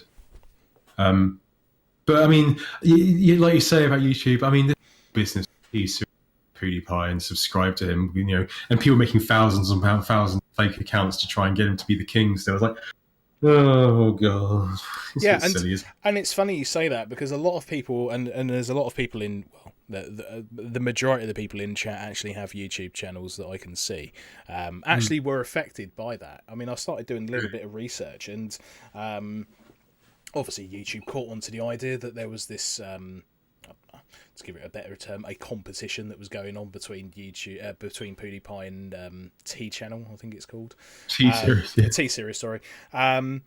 And the problem is that they were constantly running algorithms checking whether accounts were proper and stuff like that. And unfortunately, as a result, I think Gaming Muso was probably Muso happened to Muso. Yeah, he lost absolutely kicked. With loads of people lost. And I mean, I had a long conversation with him and a few other people, which was, if they weren't genuine people, then it's not a loss. Even though obviously it brings your numbers down, which does harm your channel, but sometimes it's better to look at it as I'd rather have X amount of people who are actually real and engage with my content than having more that aren't. So it's a two-way thing. But again, the way YouTube went about it was probably not the best, and they never commented on it, and it was so obvious that it was what was happening. Jesus, I didn't quite. I knew that Game Years had lost a load of, but I didn't know it's because of that. That's yeah, I mean, this is one of the things. It slowly started to teeter off, but there's still the odd edge case. I mean, I experienced it not so long ago where a few people had just said, "Oh, I wasn't subbed to your channel. I've now just resubbed," and it was like, "What?" Yeah, that's happened. That happens a lot. I think that happened before this as well. That does seem to happen. YouTube just mess up and just take away a load of real subscribers from you. But eventually, I would love to see either someone like Amazon take Twitch and make it a live streaming service and an upload thing, which you can do. You can upload videos to Twitch, but obviously it isn't done in the same way as it is on YouTube. But I would love to see someone like Amazon or someone else really go after YouTube. Because I'm not saying that because YouTube's a horrible platform. I use it, so I support it. But I think by doing that, it would change things and make it for the better, because things only evolve when they're challenged, right? And I think this is the time when, maybe if Vimeo and someone else teams up and then does it. I've looked at Vimeo. You need to pay for Vimeo though, which is a bit of a bugger. Do you have to pay for Vimeo? I think there's certain accounts, isn't there? Yeah, that's correct. And the account that I wanted, I needed to pay for, I think, which put me off, unfortunately, and I just stuck with YouTube. But I mean, I've heard this. You've seen the little ad they do before YouTube videos. Vimeo changed my life. Blah, blah, blah, blah. It's funny you say that, because I mean, there's a few YouTubers that I watch that are non-game related who actually they haven't left YouTube, but they've gone and set up their own website specific to some other content, and basically they're getting people to pay, I think it's like $1.99 a month or something like that, to get this exclusive content, and it's held all in Vimeo. So what they're doing is they're using, it's quite cheeky really, they're using YouTube as their main platform, and then for the rest of the content they then exclusively push it over to Vimeo, which is quite clever. Is a little bit sneaky, but obviously they didn't want to go down the YouTube premium thing, which totally makes sense for them. But yeah, I would like to see someone challenge the status quo, because YouTube has almost got to a stage where now they have a monopoly on everything, and it's the best platform there at the moment. But that could be argued because there's nothing else to challenge it. Yeah, I mean, MySpace got taken out by Facebook. Is that right? Yeah, it can happen to YouTube. MySpace was huge, and it got taken out. Actually, yes, I remember logging into my MySpace a couple of years ago, and I was like, "Whoa!" You learn a lot about yourself when you go back and look at some of your old social media. Oh Christ! You can't go back into it, can you? Still? Yeah, you can. Can you really? Yeah. Shit. Photos of me wearing massive jogging bottoms, looking like an MC Hammer back dancer. Bandana, soap shoes on. But that's the thing. I mean, it's amazing how I certainly have shifted from social media platform to social media platform, but there's some that have just stood around for the test of time. I mean, Twitter's a perfect example of that. I mean, it's funny, I sat on the fence with Twitter for a long time, and the only time I ever used Twitter was, I think, I'm going to say about 7 years ago, when we had really bad snow. And I didn't drive at the time, so I was using public transport. And it was the only time that I could find out the local bus services, whether the buses were running. So I was like, okay, that works quite well. That's quite neat. And I never really used it after that. And it was only ever since, and I'm going to blame Trista Bites for this, getting me into the retro community, that Twitter then became something that I use. So it's, it becomes a learning platform, a marketing platform, an educational platform, and to meet new people and things like that. So the power of Twitter was only ever really exposed and shown to me once that had actually happened. So it's amazing that sorry, no, you're not. It's amazing how, as a platform, once it actually serves its purpose, it starts to really blow up. And there were so many social media platforms back in the day. I mean, there was High Five, I think, was one. I don't know if you ever used that. Never used that. Bebo. Bebo. Yeah, that was another one. I never used that one either. Yeah. Oh, it's just MySpace and Facebook for me. I still don't really understand it. I think I'm doing something, and I realised I've actually just posted something that I was meant to send to somebody. I'm like, what? And then was like, I don't quite understand it as of yet. But I'm looking at my newsfeed now, and I think it's serving its purpose. I've got a picture of Wilson up there. That's it. That's all we need. A strong photo of Wilson. It's good to promote other people as well, isn't it? You can retweet. Facebook is a bit. Oh, no, you can share it on Facebook, can't you? Yeah. But it's just better. It's just better on Twitter for sharing other people's work, isn't it? Yeah, I mean that's the powerful thing, I think, of Twitter is that. Sorry, I'm just making myself comfortable. I think that's the power of Twitter, is that it's been, for me, it's been brilliant that I can dive into something, get what I need, and get out, and not feel A, I've been intrusive, B, it does what it needs to do, right? And I think that's quite nice. And I mean, going back to YouTube, I would really like to see someone challenge them. It would generally make me happy to see someone challenge what they did. I mean, Twitch was a perfect example of that. There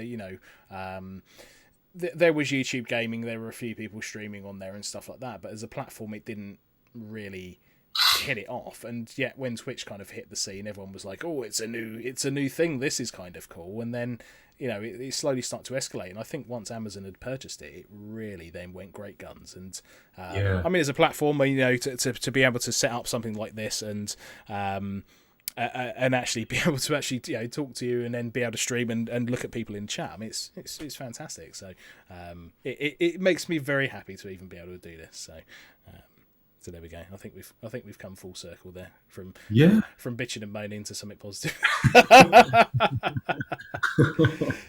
So out of interest, I mean, did you hear about Google's new attempt at gaming at all? I haven't. No. Like I say, I don't really keep anything modernised in gaming. I do like the VR though. The VR, looking around, and Resident Evil VR, Alien Isolation VR, yes. Which is Alien Isolation now is like nearly 5 years old or something now. Yeah. But no, I love all that. Immersing myself in VR. That'd be so cool. But playing Alien Isolation. It's funny. I think I briefly talked about this on one of my previous podcasts. When I first, I was really interested in VR, and I dabbled around with. Sorry, I'm just looking to see if I've got my Google Cardboard. I think I have. Give me a minute. Let me grab it. Some Google what? So basically, these things came out. This isn't an official Google Cardboard box, but essentially what you do is, let me slide it out. So this was my first ever interaction with quote unquote modern day VR, which was essentially a cardboard box, and what you did is you slid your phone into this little unit like so. So your phone kind of sat into there, and there was two kind of like lenses, and then you kind of fold the whole thing back up, and then look through there, and you ended up with a actually relatively decent VR experience. And there was actually a little, I can't remember where it is now, there's like a physical, at the top there's a little button there, so if you actually want to interact with things, you just push that button, it did things. So, and that was my first interaction with VR. And that is like the Virtual Boy on steroids. Yeah, exactly, yeah. And the interesting thing was that I mean, I had played with the Virtual Boy once before, but like I said, when I used to work at Game Station, and ended up with a headache afterwards that lasted for about 6 hours. But that said, I mean, I was walking around Harrods once, and they had an Oculus Rift stand, and I was like, do I get it? Do I not? Do I get it? Do I not? And I played on it, and it's so funny because my brother's got a video of me playing on it, and it was only until I kind of finished and took the headset off, and I was like, wow. Like, that was so crazy of like how realistically accurate like the movements were. I mean, there was one weird moment where you've kind of got the controllers and you put your hands out in front of you and you can see your hands in the depth of how far your hands are from your head, and it was just like, this is Really? mind-blowing. I've never used VR before. It really is fantastic, and it's very odd. I mean, for me personally, I suffer with quite bad motion sickness, so it was almost debatable about whether I wanted to get it. So I eventually bit the bullet and got it. I managed to find someone who was selling a Oculus Rift setup quite cheap on eBay. I remember setting it up, and I said, well, obviously I'm going to need to break myself into this. So I used to do it in 15-minute sessions. So I sort of said, spend one day, do a quick 15-minute session, do it, close it off, this, that, and the other. And strangely, it's actually helped my motion sickness, Really? playing it in VR. But there is one particular game called Ripcoil that's essentially, I don't know, you could describe it. Imagine Tetris, not Tetris, Pong on steroids. So essentially you're on this floating platform that you move back and forward on. And then you sort of catch a disc and fling it back to obviously hit the goal behind the person, which sounds amazing, except for the fact that all you've got to do is move your body weight left and right. But it isn't like a little bit correlates to a little movement. You do a little bit and you end up like shooting halfway across there.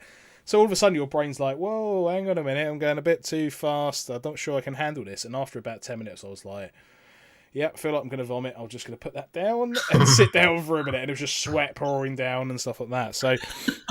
But now I can actually play it, and I'm actually like quite comfortable with it now. So really, but so yeah, sort of...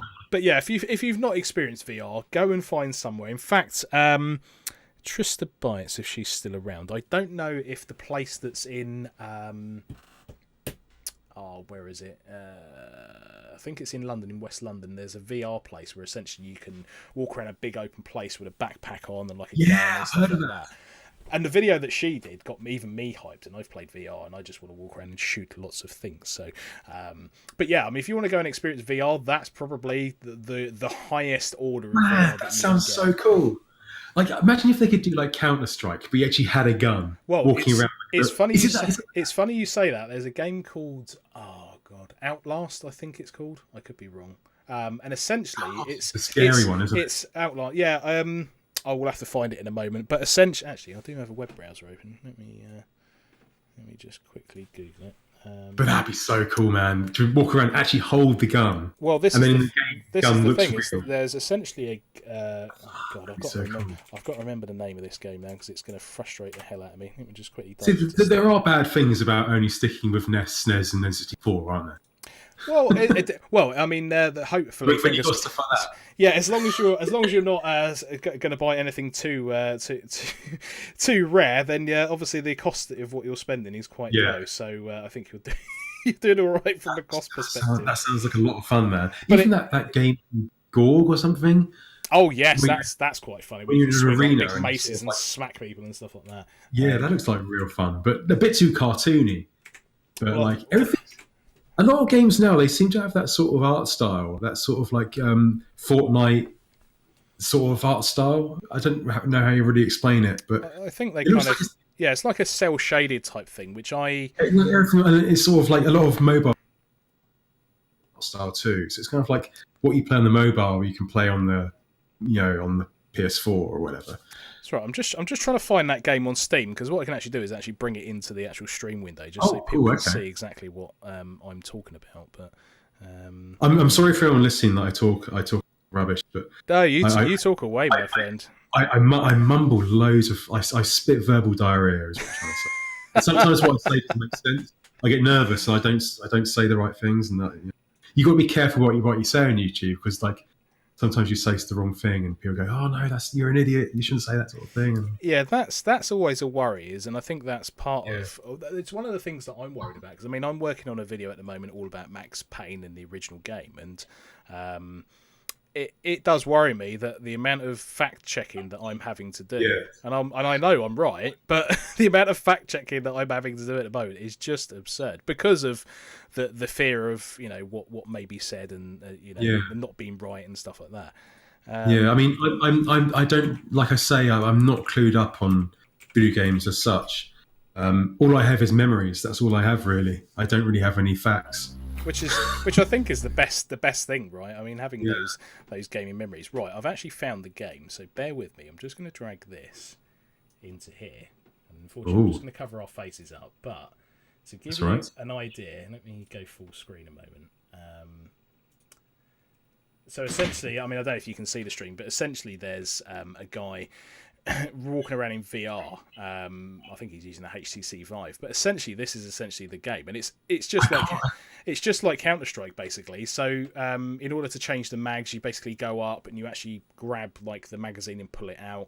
If you want to talk to your teammates, you like go up to your shoulder and hold a button to actually talk to people. I can't see this on the stream, but I think I know what you're talking about. Yeah. And it's basically it's become so accurate that they've actually made it an actual e-sport. So oh no, because I think I can see it on your laptop there. Yeah. No, I have seen that. That is unreal, and it's like it's like when you put the cartridge in, it's like you actually have to put it in. Yeah, so you have to get it in the right way, and if you want to put a silencer in, you actually have to yeah, it's crazily accurate. And in fact, they've made the tracking so good that if you ever watch people play it professionally, you're in like a, I don't know, I would say probably like a 5 meter by 5 meter square. And what you can actually do is they put you on harnesses, and you can actually, like, if you drop to the floor, you can actually lay flat and actually shoot like whilst laying down, or you can then take like a knee. God. It's so crazily accurate. And I mean, I played it twice, and I was like, well, this is a bit scarily accurate. But yeah, all you need is a PC rig and then a VR setup, and that's it. You're off and running. That's it. How much does that cost you? Well, the VR setup, I mean, you can probably pick... I mean, if you look around, I mean, you can probably get an Oculus Rift setup, VR setup for...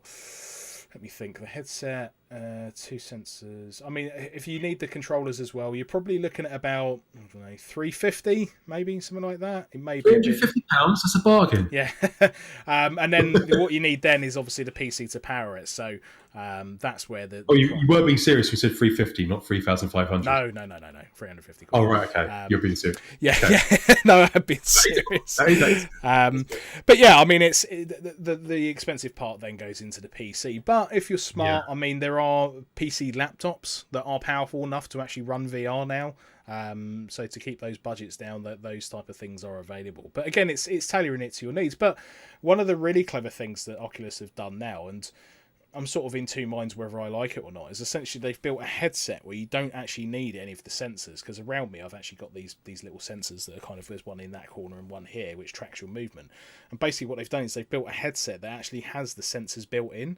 And what it does is it scans the room that you're in, so you're constantly aware of what you're in. So you don't actually have to move anything in your room. You essentially just go into a room and it detects what room you're in. So it's really odd, but it's fantastic technology. And the downside is for things like streaming, you would then have to tether your phone to the headset to then push the video from that to the phone and then that out to Twitch. So it swings around us, but as an experience, it looks fantastic. And in fact, was it last night or this morning? I think it was this morning. I saw that the new trailer of the Star Wars film. Not the one that's going to be released in the cinema, but a separate film that's only going to be available on the Oculus Rift has also been released as well. So there's a Darth Vader film that's only going to be released on the Oculus Rift that's just been launched. So that's going to be fascinating to see how that will look. I mean, you've seen Black Mirror. Absolutely. Did you see the Bandersnatch episode? Even that blew me away with the fact of you can't watch TV. You have to watch this on an iPad or a laptop. Yeah, exactly. What? I was like, sweet. This is going to be technical. This episode, amazing. It's so clever. I mean, we're not far away from. I mean, I was having this discussion at work the other day.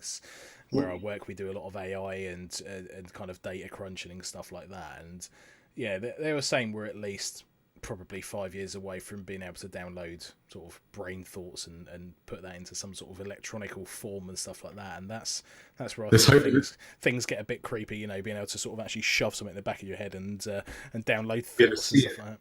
And be able to see Bill's things in cardboard through his eyes. Seeing how many times he swears as he miscuts something as he's cutting them out. Oh man, so many times I swear.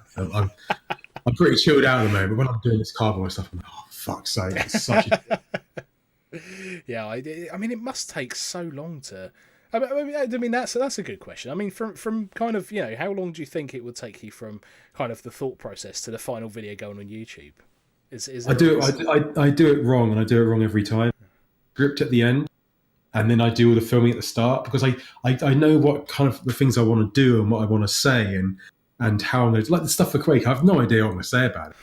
But what I've been doing is I've been kind of like, it sounds really bloody weird, but like when I'm on my bike, I look around me and try and rhyme of things I see. So I go, oh, look over there, there's a black van going. And I try and rhyme by just very quickly. So when it comes to doing the rhyming of the video, I'm kind of like getting better at making lyrics. You know what I mean? So kind of like, it's like when people do these rap battles and stuff. They do them just off the bat.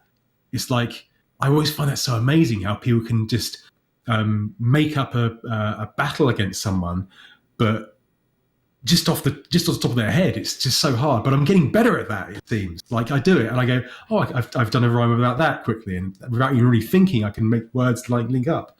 So Bill Thorpe's battle rap album will be available for Christmas. I'd never want to do one of those. Never. But, maybe that should be a new YouTube channel, retro rap battles. That'd be brilliant. I want to do like poems on like other things. Like I want to do like do you know when I spoke about kind of like how slow time moves when you're a kid, when you're like the 5 years I had all those consoles, and then just 5 years now from 35 to 30, went so quick. I want to do like something based around that, like explore sort of like why time is so slow when you're a child, and learning all these new things, and stuff goes so slowly. You take so much in, but as you get older, do you get stupider? You know what I mean? It's like you're learning so much as a kid. You learn slower as an adult. Do you know what?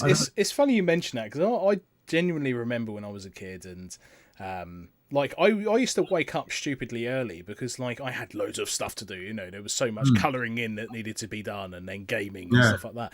So it was almost like you planned your day. And then the older I get, the less I care about getting up early. But unfortunately, I think that's been so drilled in my head. I still wake up stupidly early. But again, I think there was almost priorities change obviously as you get older. So back then the most entertaining or priority back then was making sure you got fed, and how far you could get in Super Mario Brothers, right? So that's right, there was so as priorities shift, I guess mentally you kind of reassess things on a daily basis, whereas back then it was just like survive another day and get through another level. So I think that when we were growing up though, there's a lot less to distract us. Because, like, for me, it was like go to school, and while you're at school, think about Super Mario Bros. Then come home and play it, and watch Nightmare on TV or something. And then you play a bit more weekend. Go back to school 5 days. The days are longer because you wake up earlier, and you come, and then you play. Everything felt a little bit longer. The summer holidays, Jesus Christ! Oh, man. Summer holidays were like, what did we get? Like 6 months off? But then I found out it was only 3 months, or 2 months, or something. Yeah. I don't know. How long was it? Hang on, let me think. It felt like forever. It felt like a whole year. I think it was six weeks. Maybe I'm wrong. Was it only 6 weeks? I think so. I could be wrong. I think it was 6 weeks. When I broke up summer holidays, I really felt like I had literally, I don't know, like a year off for holiday. It took so long, but I was having so much fun. It was bizarre.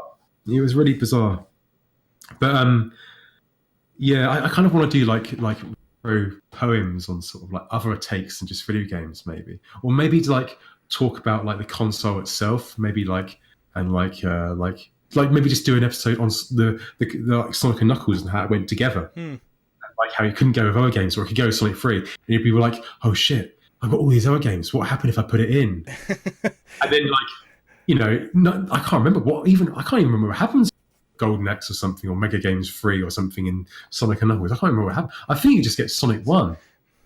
I think it just sends you to Sonic 1. I can't remember. I think you're probably right. I think I'll just make an episode on that or something. Like suddenly you've got this dwarf guy in Sonic 3 or something going around and going hacking up. That'd be quite cool, actually, thinking about it. Maybe something like that. Yeah. Well, I think that's probably going to be a good place to stop, I think. Cool.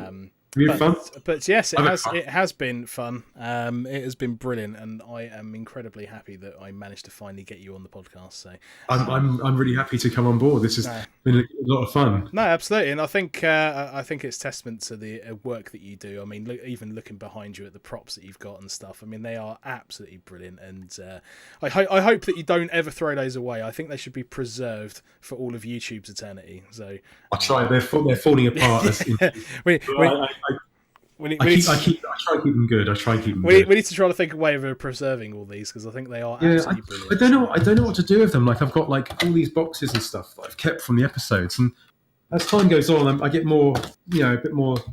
I never say the word sentimental. But I've got all those. I've got the Doom one's pretty cool. The Doom one, because you can see the bits at the back there. All the okay. There you go. There we are. Left the back blank there. Can you see that? Nice. You see all the little bad guys at the back. Very cool. Yeah, it's good fun. It's good fun. Something to spend time doing. It is great, and I absolutely love your content. You are one of the shining stars of YouTube at the moment, and I certainly hope that everybody here is subbed to Bill's channel. If you aren't already, please go and hit the link that's in the chat at the moment. As I said, Bill's content is brilliant, and I am genuinely excited for the next video and all of his other videos to come in the future. So please make sure you go and subbed. See, a few people have subbed now, so there we go. Nice. I have done something good. There we go. Thank you. But yes, please make sure you go and follow Bill on all of his social medias as well. Mainly on Twitter, I think you're probably most active. Is that correct? I don't really know. I mean, I use Facebook and I use Twitter.